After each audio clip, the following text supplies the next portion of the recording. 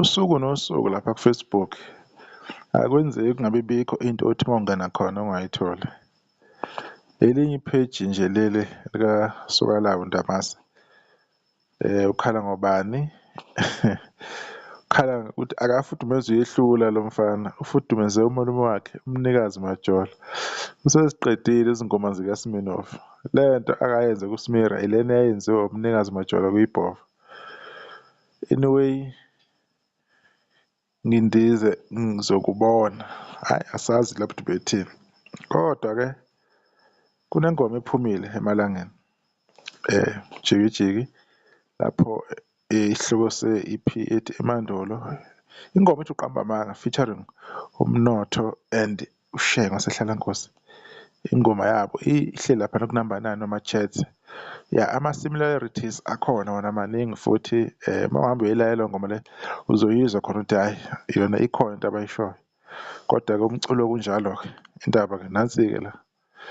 Sifuna ukuthi congratulation laphana kumfo kaMsezane kwi-album ekamuva ayikhiphile ethi Thishi, iphume ngayi-4 July 2025. Ingoma yakhe isihlansi imiloni, ithi kuKwaNdlwane featuring uMjikelo and uMzukulu, and iduma kakhulu lapha ku-TikTok.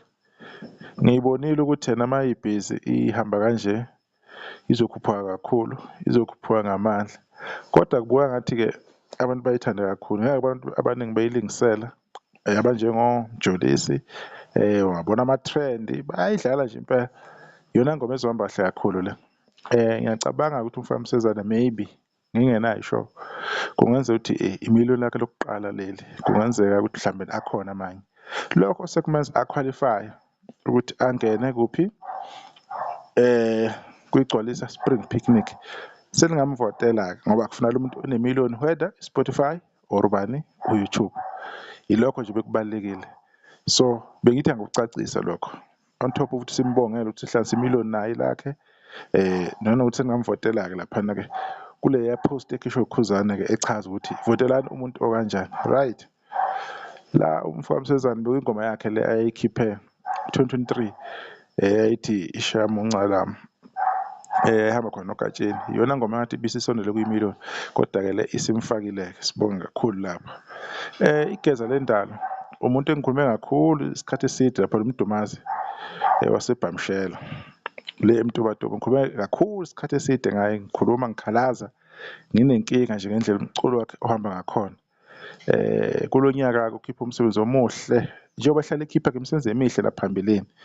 Siyazi kwaba khona ukukhuluma amaphutha athize enzeka phambilini ekuphileni kwempilo, kodwa-ke izinto ziyalungiswa-ke along the way.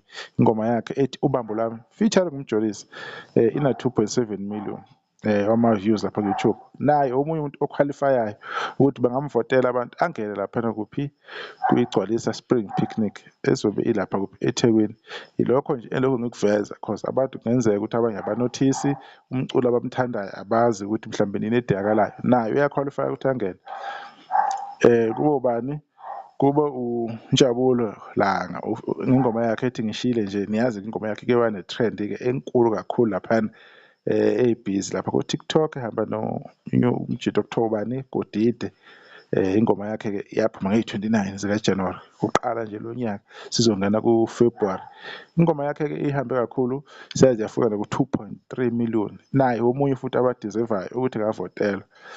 Lezi zinto ngizenzelani, ngiyivezelani? Ngifuna ukukhombisa abantu ukuthi bengafocus endaweni eyodwa, bengafocus eduze, becabange laba baculi abaziwayo kuphela abahlale be-repeat-a emcimbini. Naba abanye bakhona and i-criteria iyabavumela.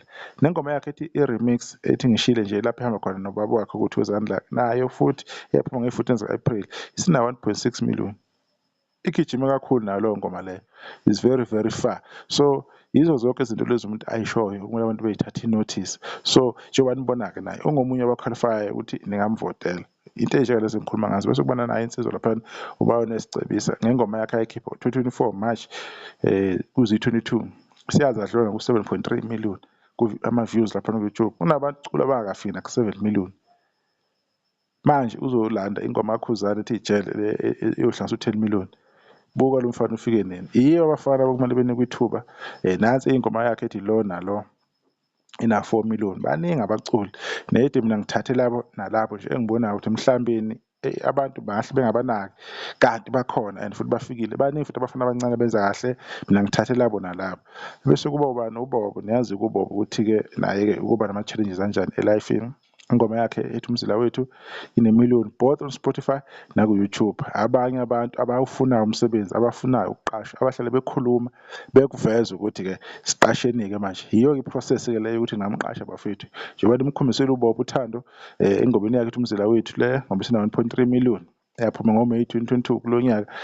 Phinde nimkhombise-ke uthando-ke nimfake emcimbini imicimbi enjengale if kune-chance ukuthi wenze kahle this is the opportunity ukuthi-ke nenze kahle-ke bekuyilabo-ke abantu engifuna-ke sibabone-ke sithi-ke ukubavizitha kancane akukuningi nje kakhulu nanokuthi-ke abantu abanjengo-Mfoka Msezane nabo sebekhona basanda kushaya ama-million abo bese sibhekana le ndoda ethi yena uqamba amanga ubani ujikijiki laphana ilokho bekhuluma ngayo laphana ey'nqwele lokhu zithi yena hhayi uSminoff wathi uyabazi-ke abantu bayikhulumela-ke iy'nto zabo bekuyilokho-ke akukuningi besifuna ukukhuluma ngakho-ke besifuna nje ukuveza ukuthi nabo abantu abanye abathize maybe ebengeke nibanake ukuthi bakhona badinga ukuthi besaphothe befakwe emcimbini imicimbi enjengale efuna nina abalandeli kumele niyisebenzise ngendlela.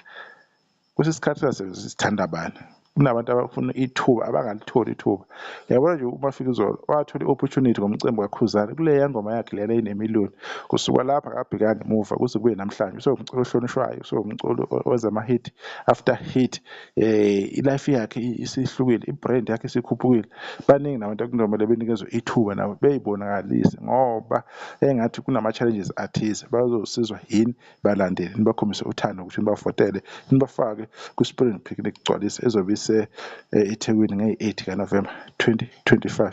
Ngiyabonga ithuba sahle sadibana okuzayo.